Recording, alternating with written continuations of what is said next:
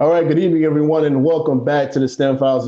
If it's Thursday, it means the STEM Files Day. This is the voice of STEM talent and Black culture, where we highlight the best and the brightest in science, technology, engineering, and mathematics in our communities, the Black and Brown communities. Tonight, we're going to be talking about the creative process.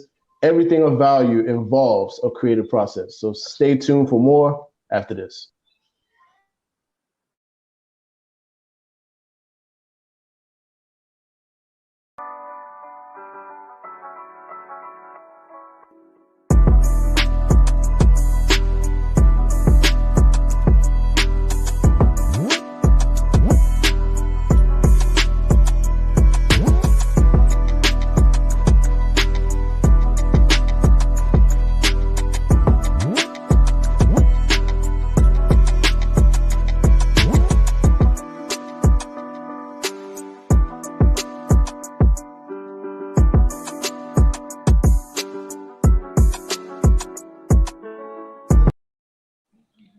All right, once again, family, thank you for tuning in. This is the STEM Files, the voice of STEM talent and Black culture. My name is Tariq Muhammad, aka Tariq Cardiac. I'm a biomedical research scientist with a concentration in cardiovascular pathobiology, which is the study of how diseases form in the heart and blood vessels. I'm joined by my more illustrious co-host, Jabril. Peace, love, and blessings, everyone. Jabril Muhammad, aka Brilliant Engineer. I am a civilian mechanical engineer focusing on naval ship fluid systems with a background in material science and engineering, study of the varying materials classes and how their properties are impacted by their crystalline and non-crystalline structures. Stay tapped in, family. Let's get it. That. So as my brother always says, the show is not about us, it's about our guests, the amazing dope, talented, inspirational guests that we bring on the platform. We usually focus on the hard sciences, all the sciences you can think of, your engineering, your math. But today we bringing in the A that you normally see in STEAM. So we're going to be focusing on art and how she uses technology to influence her art. So without any further ado, we'd like to welcome Miss Brianna Rohlehr to the platform. How you doing, Queen? I am good. I'm so excited to be here. I love anything and everything about STEM, especially being a woman in this field, a woman of color. So I'm just happy to talk and share my story and drop some gems and just, do what it do. Excellent. She said, Do I'm what it do. happy When's to the last talk. time you heard that? Right. Wait, two things. First of all, hold on. She just said, I'm happy to talk. Already be best friends. Because as y'all know, a brother always happy to talk. You know what I'm saying? And then she said, I'm ready to do what it do. So let's get it. Let's get it. Oh my God. I'm ready to do what it do. Let's go. Hey, I'm ready. Excellent. All right, cool. So tell us, tell the audience a little bit about yourself, what you do in cinematography, and matter of fact, just tell us about yourself, and then we're going to get into cinematography and video production. Okay. Well, my name is Brianna Rohlehr. I was born and raised in New York City. Born in New York City, raised in Yonkers. Now living in Harlem. It's so funny. It's like when somebody asks you about yourself, and the first thing I always want to say is like, this is my intro. This is what I do. This is who I am. But I'm like, who am I when it comes to not what I actually do in this field? You're just so used to being yourself. And then when you got to tell somebody about yourself, it's just kind of weird. Yeah. Yes. I'm just like I get so caught up in, especially as running a business and being an entrepreneur and stuff like that. I was having a conversation with someone the other day, and I was just kind of saying, like, you're always on. Every time you step out the door, you're on. Like, your branding, right. Like, it's a 24/7 thing. So you asking me, who am I? I'm like, who am I outside of my field? But yes, born in New York City, raised in Yonkers. I love anything that has to do with visuals and just, being around people, being around good energy. I'm very big on community and education and stuff like that. So yeah, that's a pretty short intro there. Excellent. Now it's dope because Jabril and I, we were talking about, how we were going to do this before we went live, because like I said before, we usually just stick to the hard sciences and engineering. So when you filled out, the form to come join us on the show, I wanted to know personally from you what your vision was, as you came on the show. So can you tell us, what was it about the STEM files that made you, want to come and join us? You took my question. So, that's revenge for taking mine. Not the revenge. Yeah, our relationship a little. Yeah, a little tit for tat. That's funny. So I served as an ambassador for the Omega Phi Beta organization this year. Yep. And when I was approached by one of the executive directors to become an ambassador, I was just like, oh, well, I never really considered myself someone who is in the STEAM or even STEM field, because I'm just so used to it being like the arts and the visual side. But when she approached me and she said, hey, you should represent for, this field, in our organization, it's like, oh, okay. I didn't know that path existed. I always knew it to be STEM, but I didn't really know if there was STEAM. Like, I didn't know that the two could mix.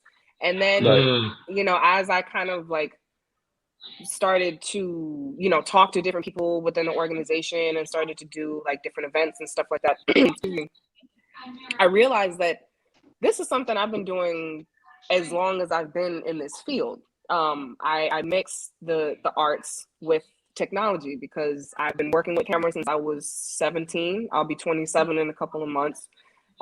So I've literally been doing this for a while, and I didn't realize that there was a specific defined avenue for that. So when I came across the STEM files, I was like, oh, this would be kind of dope just to, to be around the tech side of things in addition to, science and engineering and mathematics, because when you're dealing with cameras, you do have to think about the math a little bit. You do have to think about, okay, well, if the lighting is going to be, determined at this point, there are certain things that, as a technical person on this side, I've been trained on, and it really didn't hit until I started talking to other people. So when I saw the STEM files, I was like, oh yeah, no, I want to talk.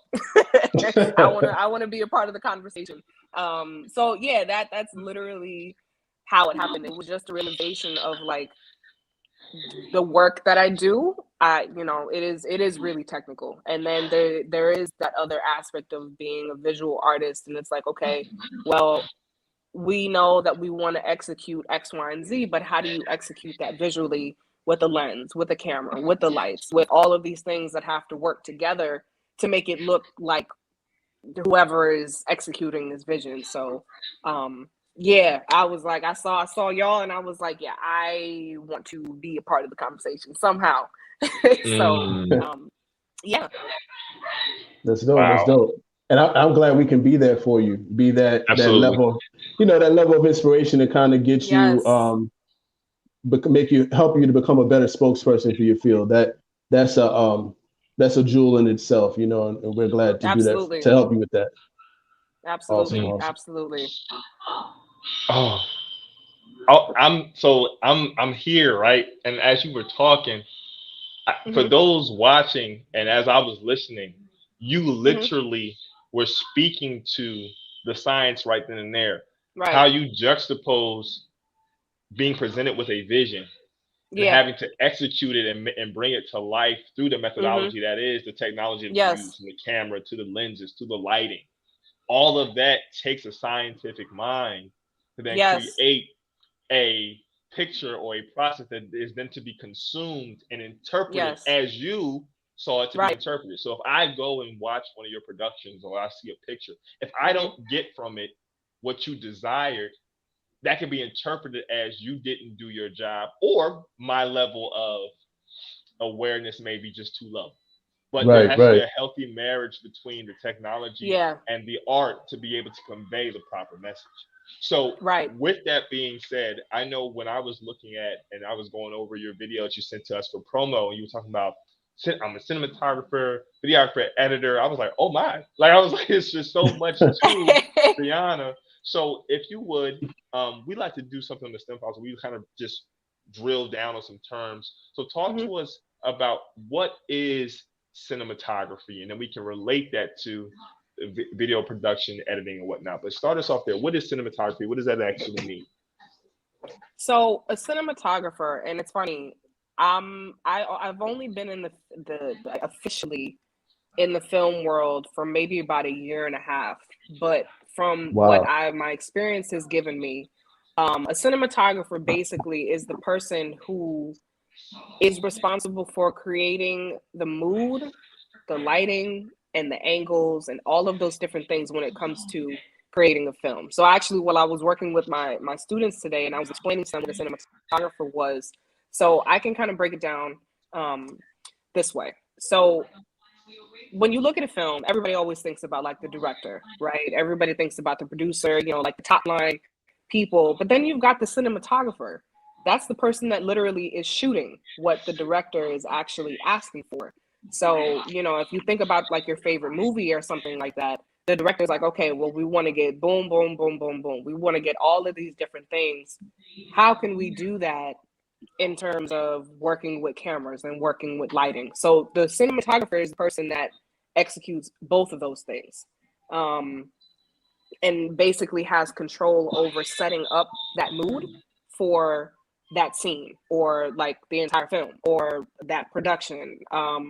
You know, they're also known as director of photographies. The names are interchangeable. So they basically are just responsible for executing the visual or the vision of whoever it is that they're working with, whether it be like a producer or a director. But they basically are kind of like, they execute the vision technically and artistically, depending on the project. So that was a little long-winded, but that's the best way I can explain it in terms of trying to make it make sense when we think about watching films or watching commercials or watching anything. Like, as I tell my kids all the time, it's just like, when you watch whatever it is that you like to watch, there's always going to be somebody who shot it. There's always going to be somebody who has to have direction over it. You know, somebody has to set up those lights. So there's a whole world that's there that you know, most people, if you haven't like spent time on that side, everybody's just like, oh, okay, this looks great. This looks amazing. But you've got people who do all of that stuff. So long story short, the cinematographer or cinematography is the art of being able to execute those visions technically and artistically, depending on who it is that you're working with. Oh my God. Okay, so I'm going somewhere, right? So like, okay, let's no, go. listen. So I have a couple of things. I didn't know which way I wanted to ask it, but so I don't do so much, nearly as much anymore. But from when I started when I was about 13. I went through college. I've danced competitively. I've done showcases and everything. And when I went into college, I was a choreographer for my crew. And one of the things that was always important and just crazy for me to think about is like me as a choreographer wanting this 8 count or this 16 count to mean or imprint upon the audience in a particular way. So not only is there the aspect of, okay, I'm going to move here, I'm going to breathe, I'm going to drag this out, I'm going to pop here. Okay, so you look at that visually, you see it, but then if I have someone dim the lights here, bring up this the hi-hat here, or all of that starts to imprint on the brain to then interpret it in a certain way. So I don't know. Can you speak to that? Have you shot any things from a dance perspective, or if you could even break down like something from a scene, like kind of fleshing out more of what I'm talking about, you know, because like that's kind of where my mind went when you started talking. Yeah, I mean, I'm not really on the dance side. I've been a part of productions, but I most likely wasn't shooting. I probably was like a production assistant or something like that. But yes, everything that you see, especially when it comes to dance, especially when it comes to anything like music videos and stuff like that, lighting is important, because it's like, okay, one of the things that I always, you know, tell people is like, even if you have a person who isn't trained on the behind the scenes side, when somebody looks at something, they can tell either, oh, this looks really great, or, oh, this looks crazy. Like, why is the light flickering like that? Like, why does this look like this? Like, somebody who's totally untrained can feel if something feels right or if it doesn't feel right. So lighting and that and how that even would break down as a choreographer, you would speak to your director and say, hey, look, the song is this long. It's 3 minutes long, it's 4 minutes long, 5 minutes long, however long it is.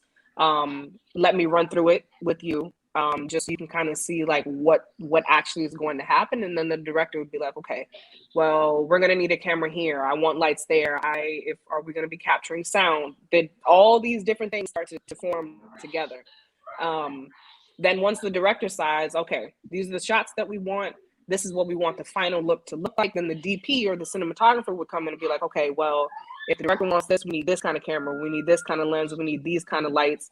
The lights need to be set up in this manner, or they need to be these kinds of lights so that they can produce this color, this temperature, this output. Do we want it to be dimmer? What kind of feel do we want? So the DP and the director, they go back and forth, they figure out, they set it up. And then whoever is doing the lighting, probably and don't quote me on any of this. Like I said, I'm still learning for the lighting department, but you've got like the gaffers and the grips and stuff like that who will physically set all the lights up, and they work with the DP to execute that vision.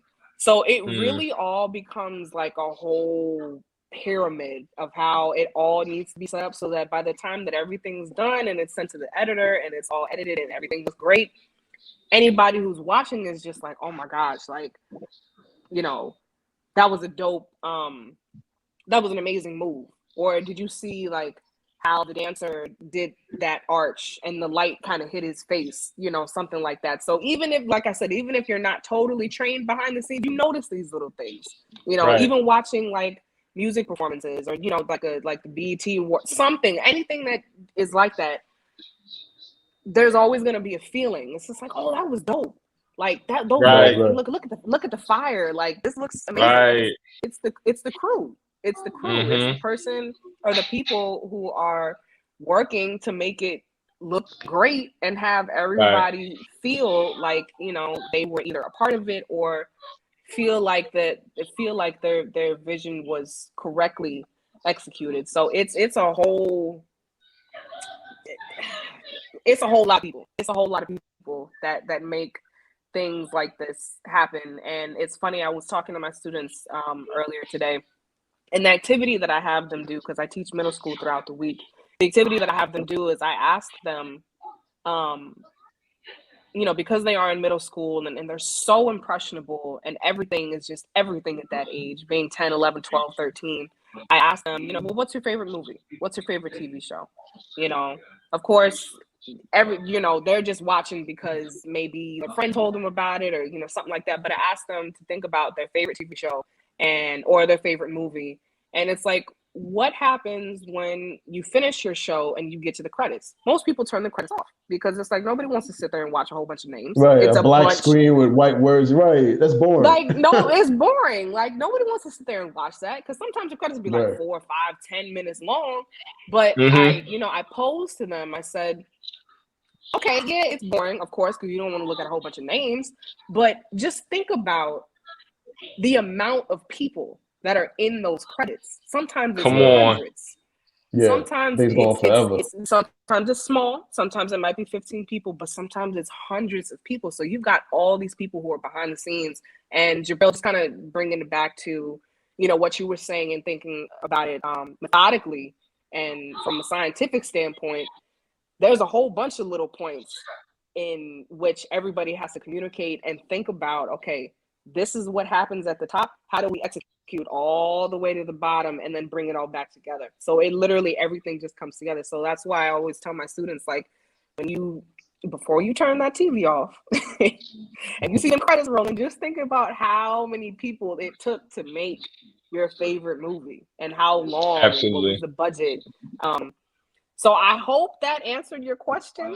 It definitely did. It definitely Okay. did. Okay. And you even like one thing I Tarika bear me witness on this, like we rarely have the issue of not only our guests answering the questions, you answer so well that you kind of spark the Above and following beyond. question or Right, us right. to think Okay. on Okay. another Good. level.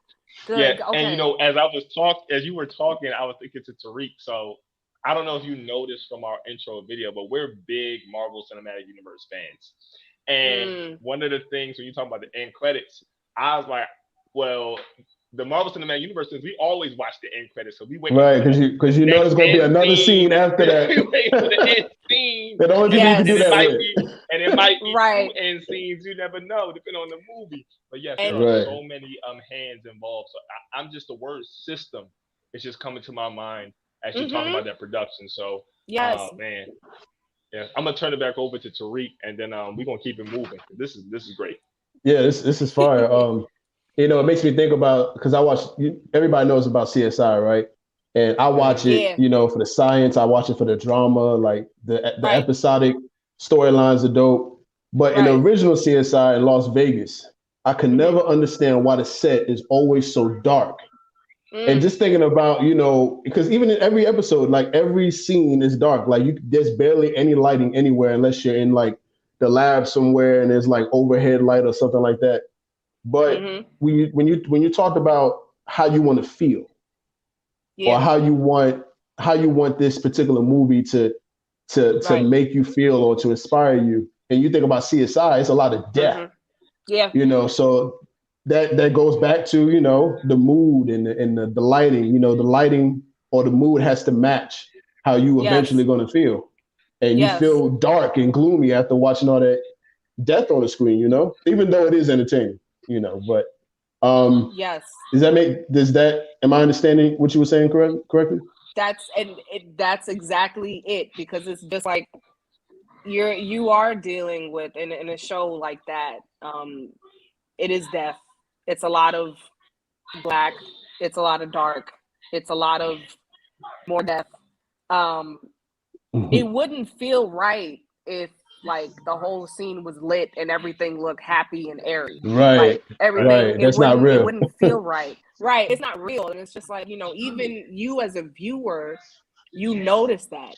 And because there's that darkness, it kind of brings you in a little bit. It's like, oh, this isn't a lot. This isn't lit a lot. This doesn't make me feel, like, oh my gosh, like what is this? It's not like eye-catching, it's dark, it's kind of mysterious, it's kind of like giving you this feel, so it kind of brings you in a little more. So that's exactly it. It's the work of, the lighting, the placement. Jabril, you mentioned my little setup over here. All of Right. it is done deliberately.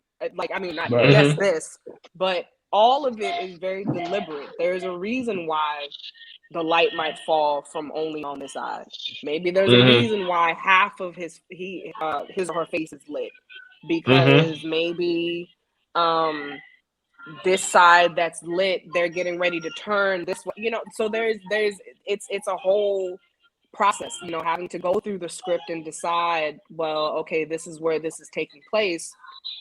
If we set the lights up this way, this is going to make sense. This is going to look Right. right. This is going to feel right. Right. So yes, that's exactly the feel, and that comes from the crew and communication and everybody working together to understand that this is what the writers are looking for, this is what the producers are looking for, and that's how they go ahead and execute. And you as a viewer, you felt that and you understood it, and because of that, it's one of your favorite shows, which is great, because now, taking it a step further into the television world, it goes into a whole thing about ratings, and this viewer specifically has watched all however many episodes, and this is somebody who we know we can connect with, and this is somebody who we know is a part of our community, our visual community, because this Right, person right, right. has this show on at this very Right. time, so it's a whole system. And I tell Right. people all the time, I always have a hard time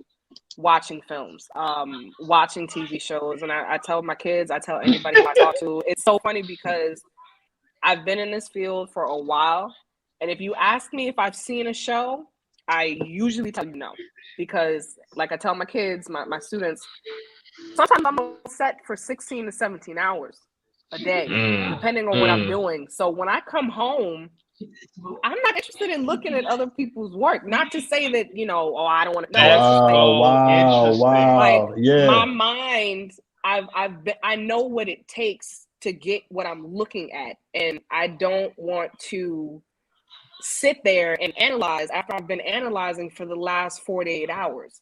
So a lot of times, people will ask me, it's like, oh yeah, Bree, have you seen such and such? I'm like, no. And they're like, what? You're like, aren't you in this field? Like, don't you do? Yeah, I do this for a living, but I'd rather work on it. I don't want to look at it, because that means if I'm going out to the movies, or even the last time I went to the movies, with my friends or whatever, I'm sitting there, I'm looking at the lights. I'm sitting there figuring out, okay, what did the director do? How did they edit this? How long did it take them to edit this? What was the budget? Come on. Like, my mind goes so it's like I can't even explain it, but my mind just be like, okay, what did they do here? How did they do that? Why did they do this? And I'm just like, you know what? I'm just gonna stick to being on set and helping whoever it is that I need to help. So absolutely.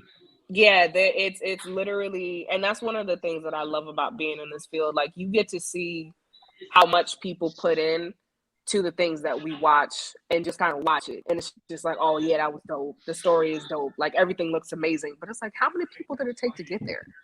Right. And like, how did they set that up? Like, what was the budget? Like, who decided that this was gonna be this way? So yes, feel is everything. Lighting is everything. Like, all of it is very deliberate, and it all makes sense at the end. Okay. Go ahead. No, you got it. No, you got it. So you got it. We have a clip. We have a clip from a TV. Now, so let me ask you this: have you been upset like all day, like today, or like did you have a good day today? So during the week, I teach in the Bronx at a middle school. So during the week I teach. The weekends, however, sometimes I'm working on my own productions. There's a production house that I work with in Brooklyn. Sometimes my days are 12 hours, 16, 17, depending on what I'm doing. But not today. Today I only had a 2-hour day with my kids. So I'm good. So I'm glad you said that, because we got a video that we wanted your opinion on, and it tells a lot of video type work going on. But at this time, we're going to do we're going to save that for the next half of the segment. But this time, we're going to do a Black business highlight. This Black-owned business is straight out of the Queen City, Charlotte, North Carolina. He's doing amazing work in solar energy and solar technology. Jabril, can you play the Black business highlight real quick? Absolutely. Assalamu alaikum. My name is Ralph Muhammad, CEO and owner of PowerX Generators. You can reach us at powerxgenerators.com or by phone at 980-277-1495. We're a solar manufacturing generator company here in Charlotte, North Carolina. As you see, we have small portable generators as well as whole house generators, and everything is powered by the sun. All right, so that was mechanical engineer Ralph Muhammad out of Charlotte, North Carolina, with his business, PowerX Generators. At the halfway point of the show, we always want to highlight a Black-owned business and show you show you the majesty of business and STEM together. So that's a good segue. But thank you. So this question really is just your reaction to a video. There's a new show out called Alter Ego, and it's really a show where they use kind of like an avatar in a sense to represent them instead of them actually physically being on stage.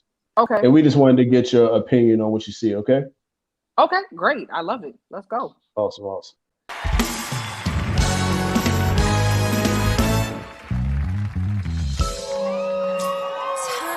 on my hands since you've been away, boy, and I ain't got no plans, no.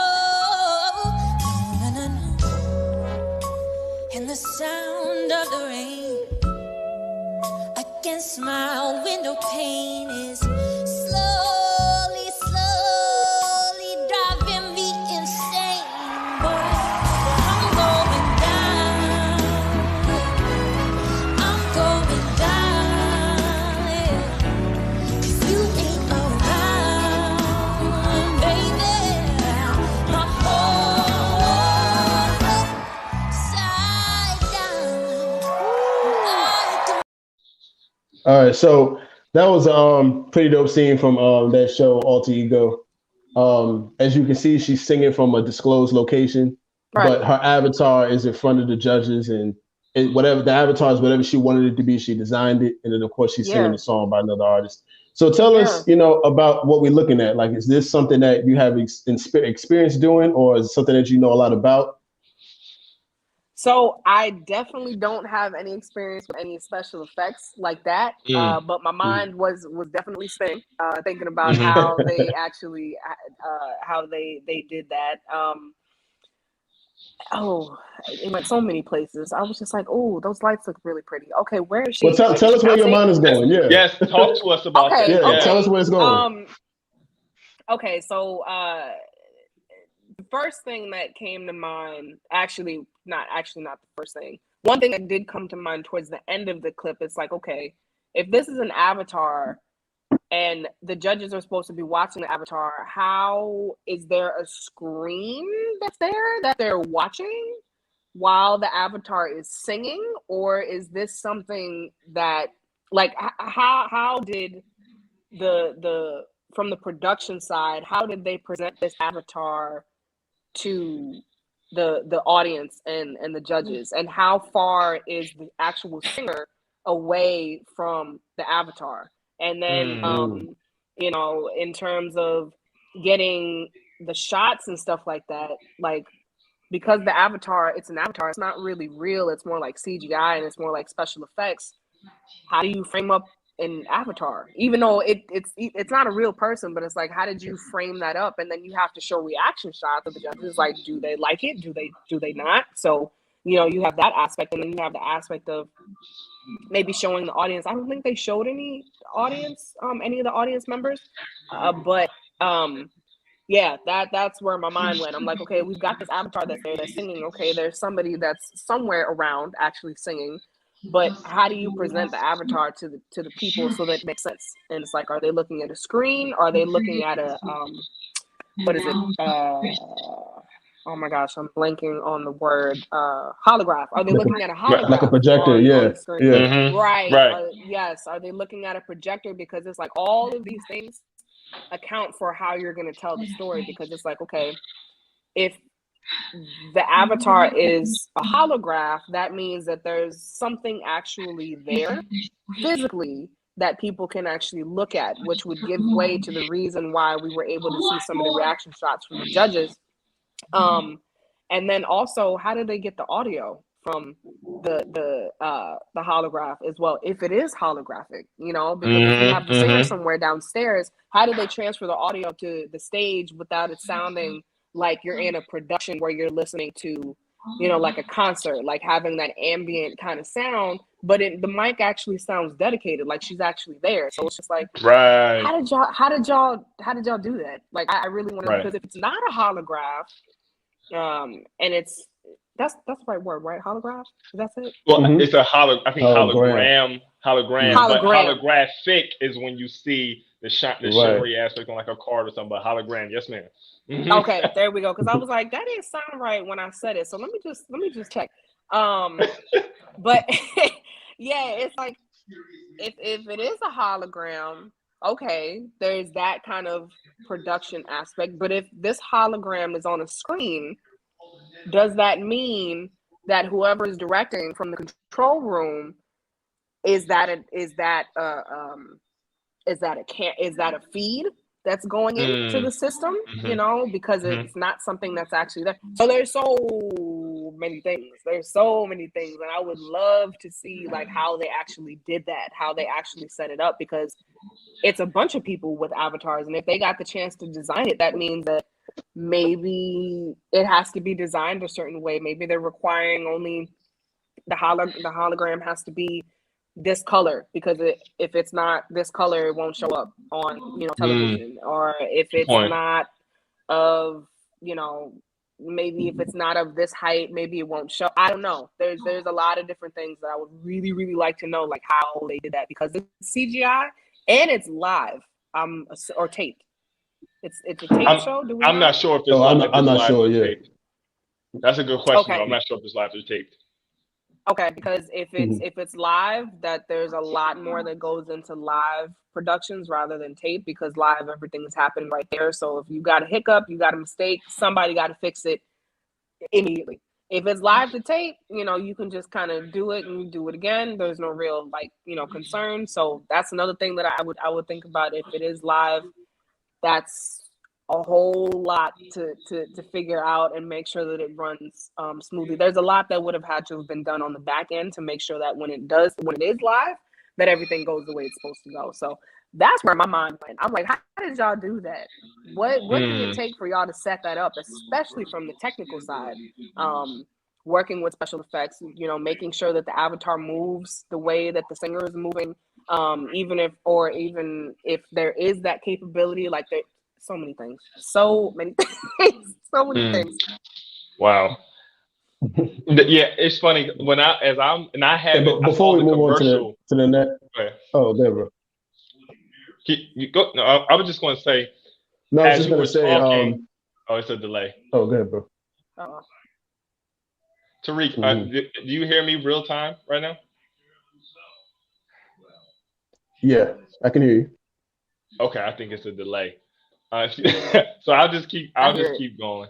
So real quick, I was just going to say, as you were talking, and you mentioned just the awe in the fact that, okay, you have this real life avatar. It sounds like the sound is coming from the avatar and not from somewhere else. But then you do seem to have that person who's actually singing somewhere else. My mind went to, is this a similar type of production science, where, though I don't know how familiar you are with the NBA 2K series, where in recent years they've hooked up the players to these suits that have all these different sensory points on them, and they create avatars and map their dribble and their like skill set from that, and are able to then put that into computer and feed that out. I'm like, is that maybe a similar thing that they're doing? Because like all those movements, I believe, are her real movements.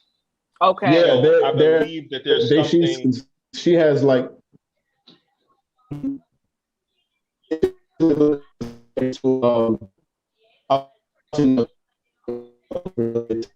Like this. You're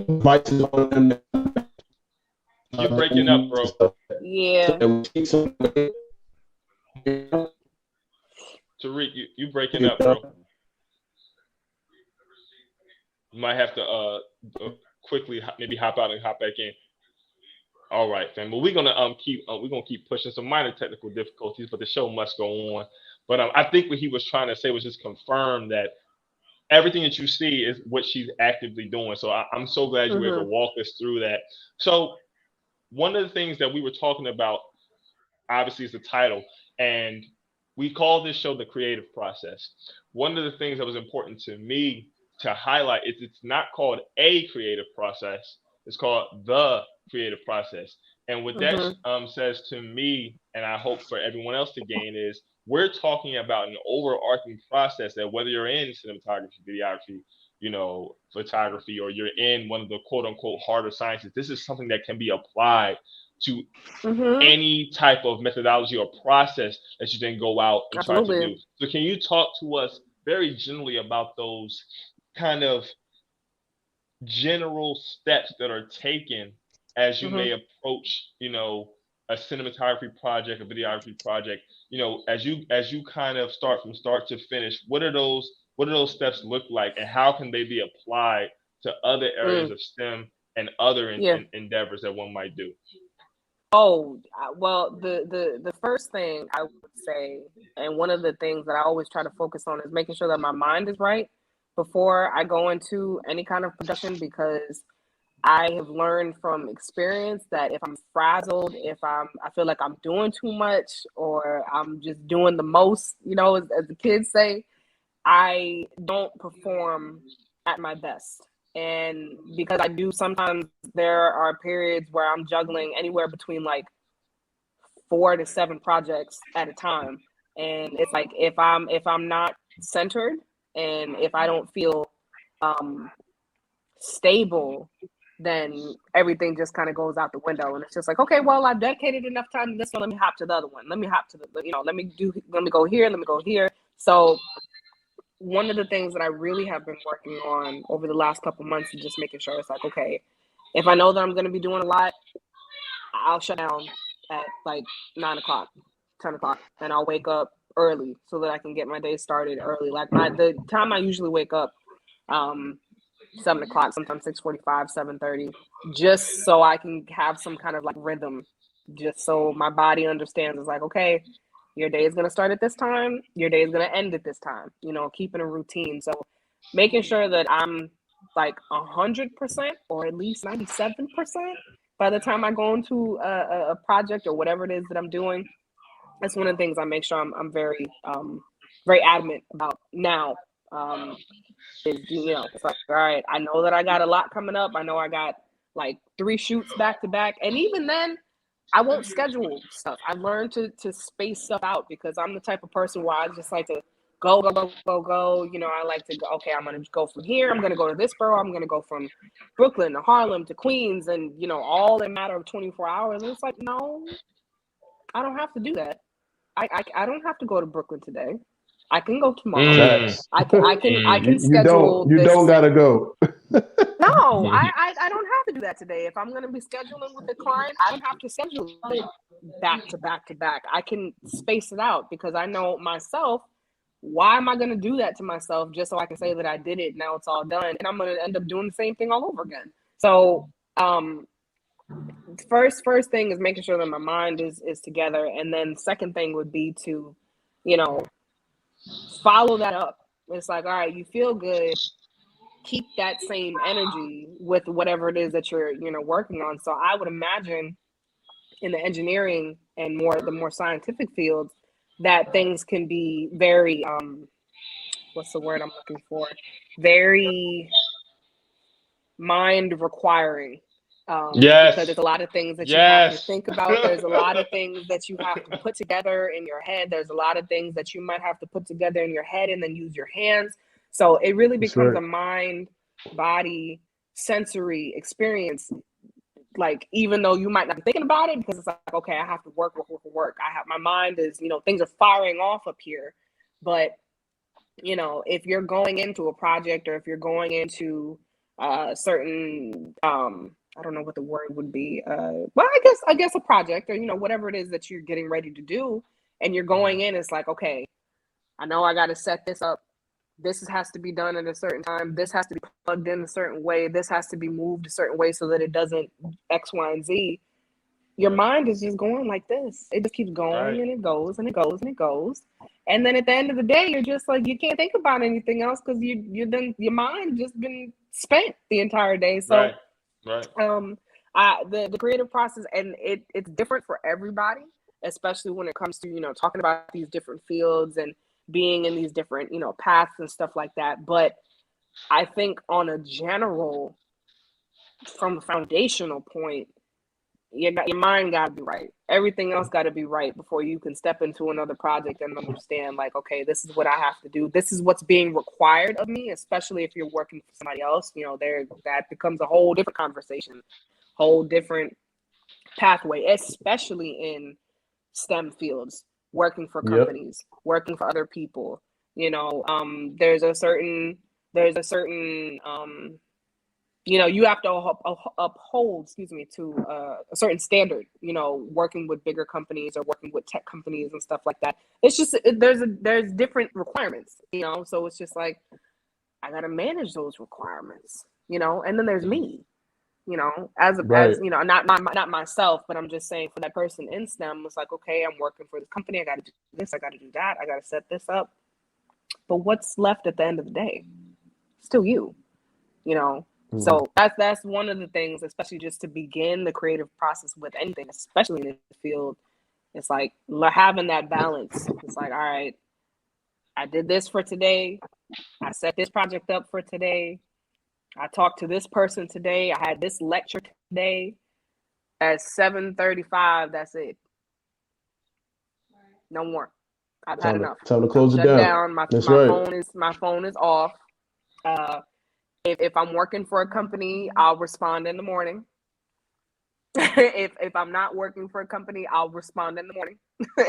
So that's one of the biggest things about the creative process, is making sure that your mind and the rest of your body, just, you are together, and that you're okay if you are juggling a lot of different projects, or whatever it is that you're doing, especially in this field where it does require a lot of your mind. And that's kind of bringing it back to why I say I'm not really a big movie and show fan, because it's like my mind is always going, especially when I'm on set and working on these different projects. I don't want to come home and have to keep using my mind. I want to just shut down. So creative process, it's super important, especially for everybody in this field. And like I said, it looks different for everyone, but one of the main things I found to have really been foundational for me is to just make sure that, if I know a lot of stuff is coming up, all right, how do I need to prepare? Do I need to, if my shoot is at 8 o'clock or, 8 a.m., I'll probably get up at 4:30, 5:30. So I'm not up and I'm rushed. I hate feeling rushed. Right. It makes my body just feel weird. And, you walk into your workplace on edge, and it's like, why do that? Right. So, Right. a lot of little things, but foundationally, just have your mind right and have your spirit, together.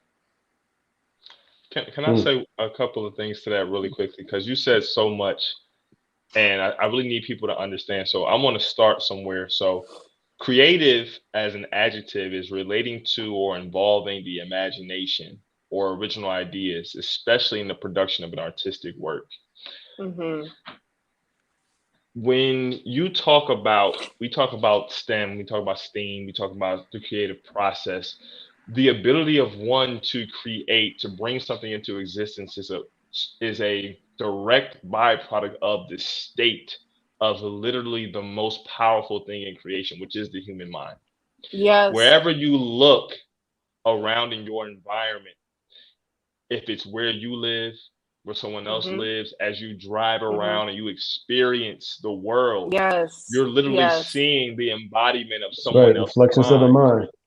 Yes. So it is. as you said, the preserving, the protection, the sustainment, and the growth of one's mind is directly related to the amount of tangible output that they'll be able to have on society. Yes. So when you start to understand that is science in its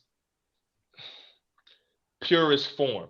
Science is simply that which can be proven, right? So you go through life proving yourself every day, right, by taking what's here and manifesting it outward for the benefit of you and those around you.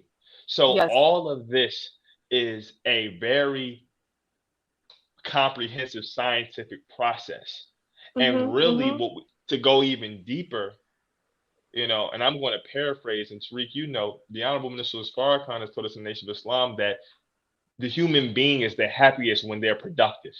Yeah. And to create is to produce, or to be creative is to produce something of a very, very high level. So as Brianna was talking about not wanting to look at shows, I know that resonated with you. I remember my brother, and my brother used to swim competitively in high school and in college. We would go on vacation or go to little weekend outings, and we'd get into the pool, and he'd be so just unenthused. I'm like, bro, I really don't want to get in the water. I was like, I was like, thinking about you're very much semi-aquatic at this point. Right. You're in the water. You be in the water 5 a.m. every day. Pretty much every day. you spend that much time in something where though it's not fun to go sit in the pool or swim around the pool. You know what I'm saying? And then you look at everybody else, you judging their breaststroke or like right. everybody want to slapping his race arms you. wrong. Right. Oh, you want to race on me? You want to race? Bro, like I'm like this. We not finna race. I'm not finna do this right now. Like, so that like I'm a varsity smoke like, you or something. I'm gonna smoke you. Like, you know, it's not even funny. But that really resonated with me. So I just wanted to highlight that very quickly. That everything you've been saying, everything we've been talking about today is really science in its essence. Like, and it takes a serenity of self to really go through that process that you outlined and see that lighting, see those angles, work with your producer, work with your director, and also too the human element, right? So as I close this and then turn it back over to Tariq, working in teams and understanding that as a human, you're a cog in a broader system. So how can I learn this other person to then make that system work that much better? So it all ties back to, science. So, thank you so much for sharing that. Yeah, I mean, just to piggyback off of that, and just from the scientific aspect, and thinking about, like when you first wake up in the morning, your body, all of these systems start turning on. Everything starts to pick back up again. I mean, of course, your heart is always beating, you're always breathing. That's always going to be a constant. But it's like, okay, you start to think in your mind, it's like, all right, everything's up and moving. What's going on? What's going on for today? And then it kind of just translates through the rest of your body. It's like if you know that you have to leave the house at 9:00 and you wake up at 8:45, okay, your mind is like, oh, all right, I got to get up. Then your body's like, oh my gosh, I have to get up. And then, your heart starts fluttering. You might, I don't know, your anxiety might pick up. You might break out in hives. Like your body will respond to what's going on up here. So it's literally like everything starts up here. And that's one of the things I really have been learning, as you all talk about the creative process. It's like everything starts up here. So it's like as soon as you wake up in the morning, it's just like, okay, how am I going to start my day?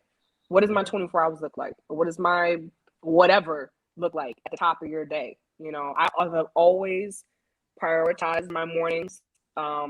My mornings are I'm like, I don't mess with me before 9:00 because I need that time to get myself together so that I can show up fully with everything that I'm doing. And especially in a field like this where, like you all have said, there's a lot of little things. There's a lot of the little things that are firing up. There's a lot of things that are going through the mind. There's a lot of little things that are happening. And Jabril, like you said, working with other people, that's a science within itself because you're learning the other person. You're learning their creative process. You're learning what their style is. And you have to balance, does this work for me?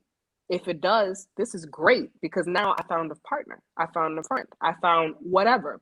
And if it doesn't, how do I work with this? So it's all part of the process. And, just taking it step by step is just what you got to do. This is, can everyone hear me okay? Like there's no delay or nothing like that? Yeah. No, you're good, bro. All right, cool. All right, man. So I only got one more question, then we're going to take it into another part of the show. Okay. I wanted to talk about the influence of Black creativity in production, because I'm not trying to say, Black producers are better than white producers, but I want to know the influence. I want to know the impact that Black producers and Black cinematographers have had on the industry, and where do you see those impacts, spec by spec in your day-to-day, in your routines as a producer? Oh, that's great. That's an amazing question. The first thing that always comes to mind is that, when you do work with us, people of color, Black people, come on, right? There's always going to be an element of whatever it is that they're producing. It's just going to be Black. You know what I mean? Come There's on, always talk. gonna be Yeah. You're an gonna feel it. You're element gonna of feel it. something. You're gonna feel it. There's gonna be an element of this is us. This is a story that's been told by us, and it's not being diminished. It's not being it's being told right. Proactive. It feels right. Yes, it feels Yes. proactive. It feels. You know what I mean? So there's Yeah, always talk. gonna be that element of, well, this is a Black production. You know, it's just gonna feel right, and you're gonna understand the little things. You know, if somebody says something, you know, when it, what is it? The language, the colloquialisms, the ebonics. You know, Yeah. Yeah. it works. So there's always that aspect when it comes to Black cinematographers, Black producers, Black directors. And I don't want to say that's for everybody, but when it does come to, at least from what I've seen, when it does come to Black productions and stuff like that, there is always going to be that element of, oh yes, this is something done by us. So we can kind of understand where this is going to go. Now, on the flip side, what I also have seen is sometimes, and you know, like I said, I don't really watch much, so I don't want to, you know, put this totally out there, but just from what I've seen, sometimes there is, because it is a Black production, sometimes it is, oh, it is a Black production. So you know you're gonna see this, you know you're gonna see that, you know you're gonna see this, you know you're gonna see these general constants that pop up in Black production. Yep. So there is that aspect too. But like I said, on the flip side of that, what I was first talking about, yeah, it is that, because that's part of our culture. So when you watch it, you can understand exactly what they're saying. There's nothing like, oh, what did he say? Like, what? I don't understand. No, you got it the first time. Like, this is what Right. this is how it is. This is how it's being broken down. So yeah, there's always that familiarity. I feel that it's just like, oh yeah, this makes sense. This feels right, you know. But forgive me, I forgot the second part of that question. I think there was a second part to that. I think you said how it would progress, or like was. Oh no, Did I no, miss anything? that was pretty much it. Like, you answered everything at once. Okay, I just wanted to know, perfect. like, how have you seen it in your setting? Like, when you're working, how have you seen the influence of Black cinematography and production? Oh yeah, So you pretty much answered. very. Oh, okay, good.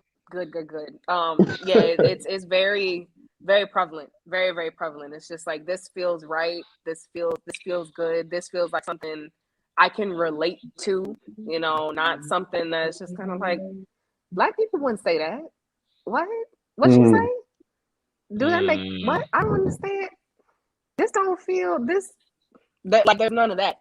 Like, everything just makes sense. And one of the things that I have always been a large advocate for, even though I'm still kind of new in this film space, but I've been working with cameras for a long time, is the Black female production, whatever.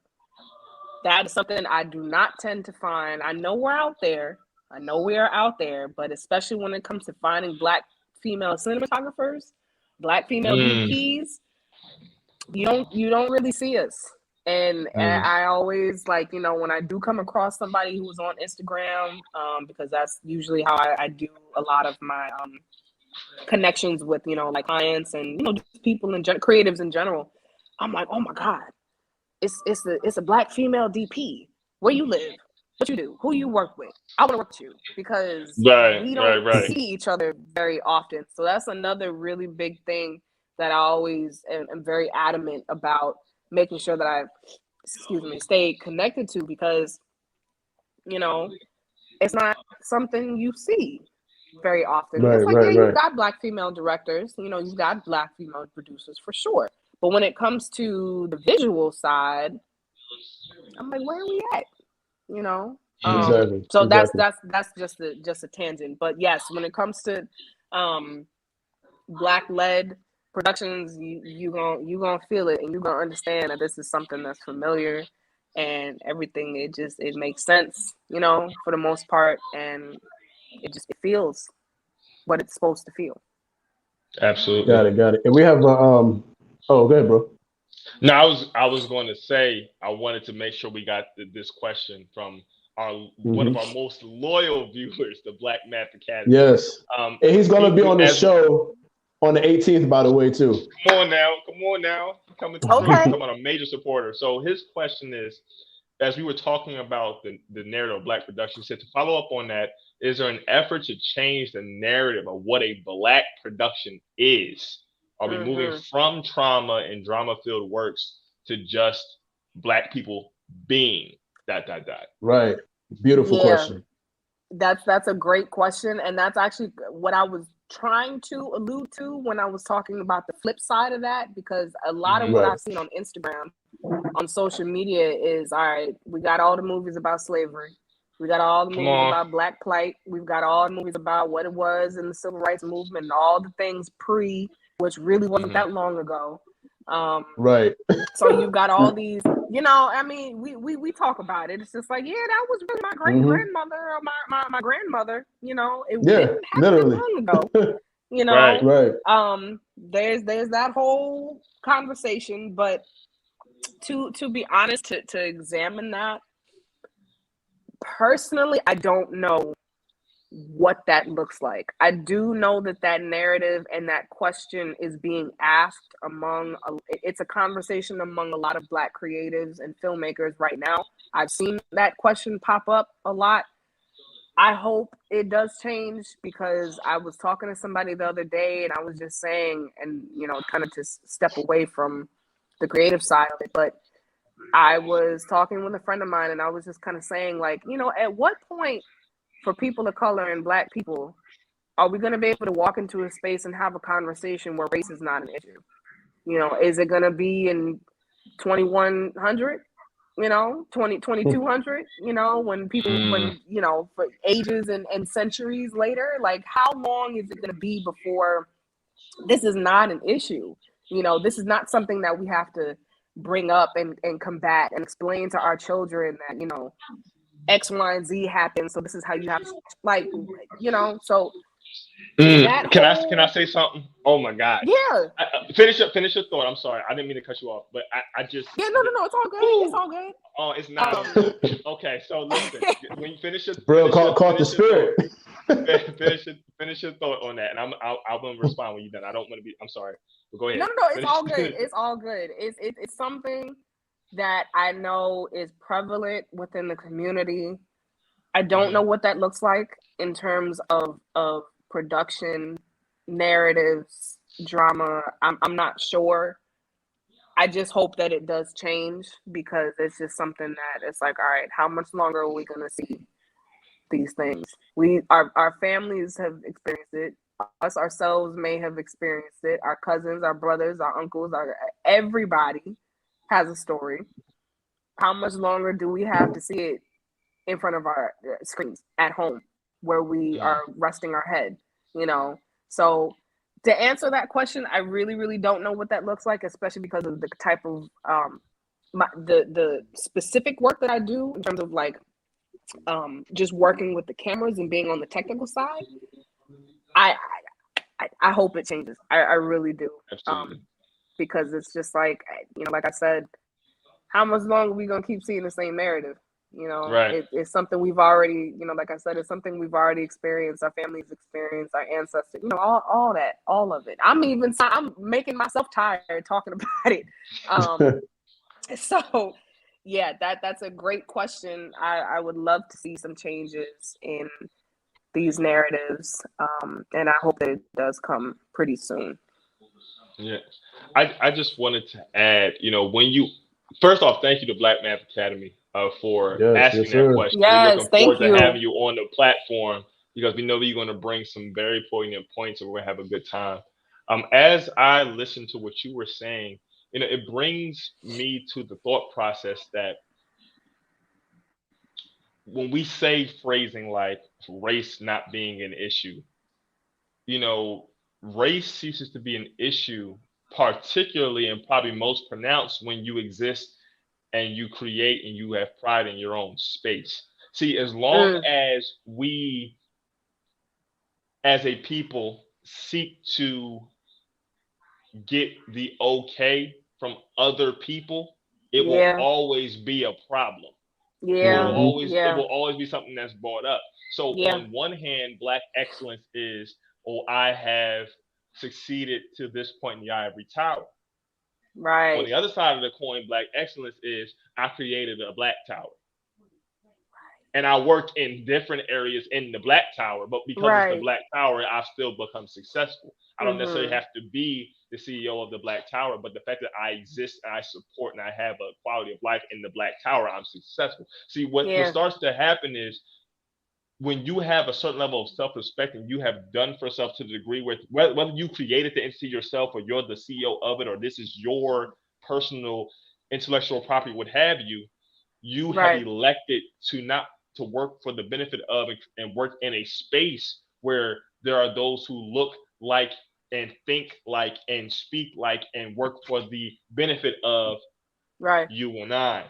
Yeah. So everything, and to a degree, when I start to think about the movies, I think about, okay, so on one hand, you have the movies about slavery, movies about trauma, the movies about like the Mamie concept or the Tyler Perry-esque type things. And then when you talk about the things that move away from that, if it's not that, it's like Black Panther, which is great, but it has still this fantastic spin to it, to where though there has to be some element of the supernatural or the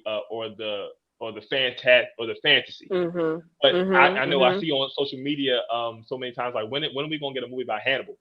When we gonna get a movie about Mansa Musa? When we gonna get a movie about Toussaint Louverture? We gonna get a movie about Haiti and the rebellion. See, when you start to put in the mind of our people that we didn't only survive and get through, but we succeeded and were at a certain point. It starts to change your internal narrative. So it matters less what other people think of you, but all what you think of yourself. Last thing I'll say, and then we'll move to close out. Nobody ever asked why Jewish people don't let people forget about the Holocaust. No one ever asked that. No one ever asked that. And they will cease. And I would never ask them that. Right. Because it's a part of your history, and no one should ever forget that. So there's a way for us to change the visual, but still never forget aspects of our sojourn. But we can also show parts where we were at a certain peak or overcame, as opposed to just kind of survived and moved through. But there's strength in all of that. But I do agree there's a need to upgrade the visual aspects and for us to move forward. But it's going to require a different type of Black person that doesn't just desire to share space with of success with other people, but sees value in creating one's own space and making that a legacy going forward. So I'm off the rostrum. I'm off my soapbox on that one. That's real. That's real, man. Toussaint, he was putting his foot up their behinds, like real talk. Come on. Man, that brother right there. But you're right, Jabril. Once the condition changes, the human condition, the stories will change. Once you don't see anymore, you don't see your brother getting gunned down the street anymore, you ain't got to talk about it no more.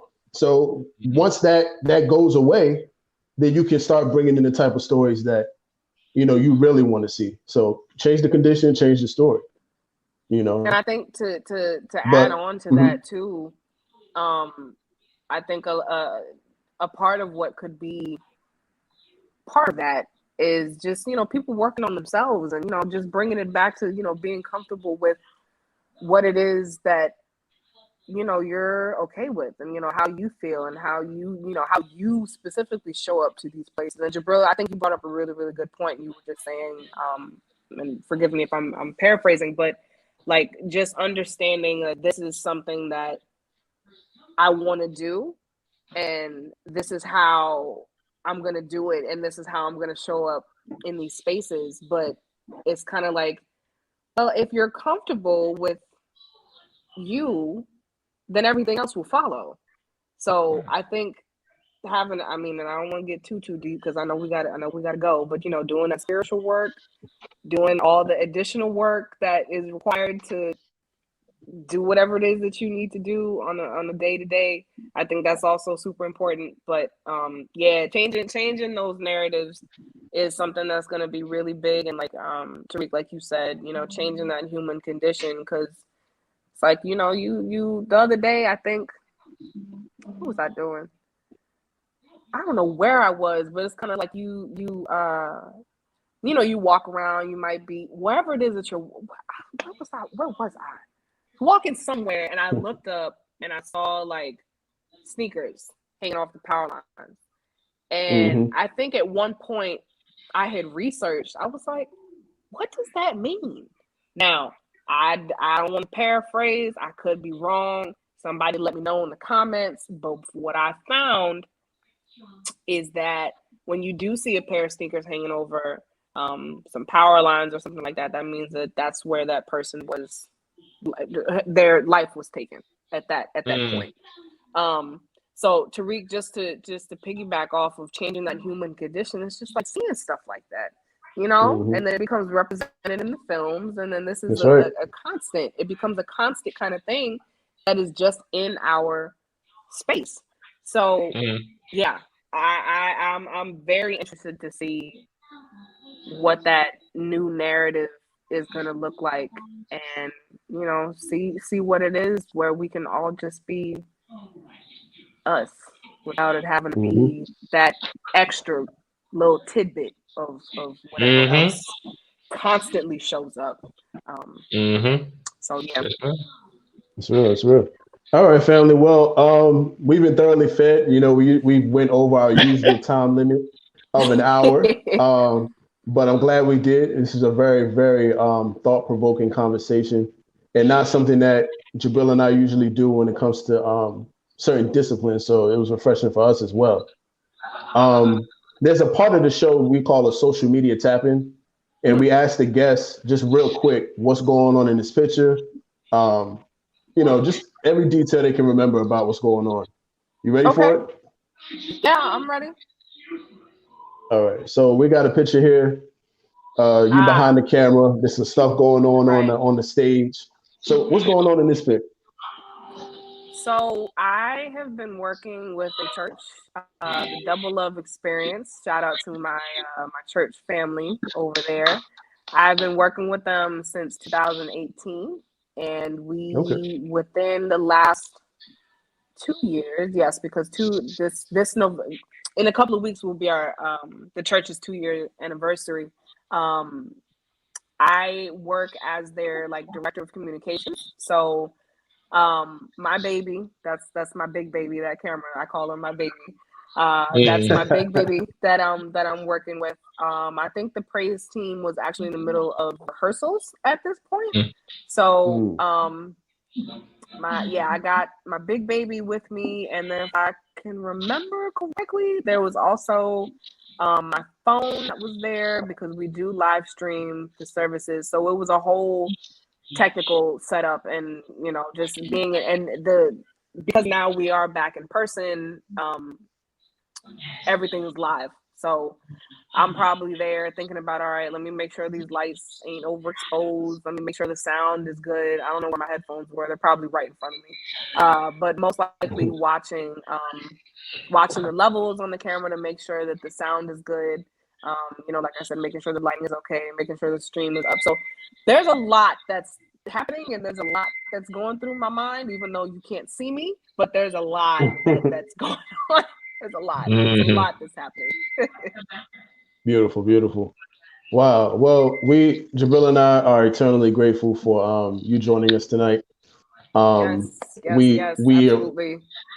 Yes, man. We're thankful for being a platform where you can come and express how you feel about your field, come and help you develop how you talk about your field as well. So thank you so much for your time. Jabril, you want to anything closing remarks you'd like to add, or before we kind of? Absolutely, I want to go into a few things. So, family, remember, you have been watching and I'm going to say it, speak this into existence, the #1 podcast Oh Well, Lord. in the world. come on now. Lord. Come on. STEM Files, Come on. the Voice of STEM Come Talent. Here we on. go. We are live. We are live on Facebook and YouTube at the STEM Files. Follow us. If you enjoyed today, if you want to learn more about who we are, what we do, why we do what we do, go into some past episodes and content and future. Follow us as well on Facebook, Instagram, and Twitter. Instagram and Twitter at the STEM Files. We are Brilliant Engineer and Tariq Cardiac. It's been a pleasure. We also want to make sure we do not go any further without highlighting the #1 vessel and instrument of truth, which is the Final Call newspaper. Brother Tariq and I are proud Fruit of Islam of the Nation of Islam, and this is our flagship newspaper. Get your digital edition at finalcalldigital.com. All right, this latest edition goes into the memories, lessons, and ongoing work for progress coming out of the Million Man March. We know that we just passed the 26th anniversary of the Million Man March, October 16th. We know that it occurred October 16th, 1995, and brothers, 1 million brothers were called, but 2 million showed up on the basis of atonement, reconciliation, and responsibility. That's Make sure right. you That's follow right. at Final Call Newspaper on social media as well. Also, we want to, if you want to get it locally, you tap in, DM myself here in the Philadelphia area, as well as my brother Tariq in the Richmond, Virginia. That's right. area. Okay, I'm glad you remember that check from last episode. Okay, just making sure we got that. Richmond area. And with that, family, we want to, last but not least, go into our next guest. Tariq, I'm gonna let you do that since she is in your field. Of course. All right, so we have our next guest is one of the granddaughters of the Honorable Minister Louis Farrakhan, Dr. Mariam Farrakhan. She's going to be joining us. She's a physician. She just graduated last year from medical school. She's in the process of getting starting her residency. But before she even starts her residency, she's already making a great impact in the field of educating our youth, especially in the field of medicine. So definitely tap in. I'm gonna stop using the word tap in because my brother told me it's overused. But definitely tune in. October 28th, same time, same place, on Thursday, 8 p.m. Eastern Standard Time. She is a plethora of knowledge. She has done a substantial amount of work already before she's even fully trained as a physician. But definitely check us out next week. Yes. Absolutely. Okay. And we got a little comp. So the Black Math Academy didn't take too kindly to me saying we was #1. He said, "Well, I'm coming." He can get all the smoke. Listen, bro. Let's go. Look, let's go with it. Black Math Academy. Listen, we see you doing. We see you working out. We got you. Yeah, we see you, man. We see you. Oh man. We do a lot. So lastly, we don't want to let people go without knowing how they can get in touch with you, contact you. You've given us a wealth of not just content, but value tonight. If people want to maybe do it, an apprenticeship or just want to link with you, how can they do so? How can they follow up with you, tap into your journey, and just stay connected? Absolutely. I am always down for questions. I love sharing my story because a lot of times I get caught up in my day-to-day, and when people ask me questions, I'm like, oh yeah, that's right. Okay. So you can follow me on Instagram at the_visual_butterfly. That's butterfly with L-Y. Oh, my bad. Sorry. No, that's all good. That's my fault. It's all good. It's L-E-Y-E. And then to see my work, Brianna Rohlehr _Visuals _LLC. But feel free to DM me. I'm always on Instagram, literally like every day, because it's a part of my job. It's how I get my clients. That's how I do my work. So feel free to DM me to anybody who's watching. If you have questions, if you are interested in getting into this field and need a stepping stone, or if you just want to come and hang out and figure out how all this stuff works, I'm way more than excited and open to, share my experience and to help you get there, because I feel like being able to pass it forward, especially to younger generations and other women who are in this field, especially women who are in this field, whether it be STEM, whatever, I feel like it's really, really important to stay connected, because you just never know how things can come up, how you can connect with people and stuff like that, and you just never know. So My DM is open if you have questions, if you want to learn more, if you want to whatever, just hit me up. I'll make sure to respond, and I'm looking forward to everything that is to come. Absolutely. Awesome. Last thing, family, as we close down, I want to thank our awesome community. Listen, when it comes to guests, me and Tariq, our emails are hot with people signing up and registering to schedule their episodes. If you yourself or somebody that would be perfect to represent hashtag Blackest STEM on the STEM files, please have them fill out our form, which you can find on our profiles on Instagram. You go to tab that says "Be a Guest on the STEM Files," fill it out, schedule your episode so we can share your story and add value to our community and the world. Family, it's been a beautiful time. Until next time, Tariq Muhammad, aka Tariq Cardiac, Jabril Muhammad, aka Jabril Engineer, and Brianna Rohlehr. This has been the STEM Files. Love y'all. Peace. Have a good evening. Peace.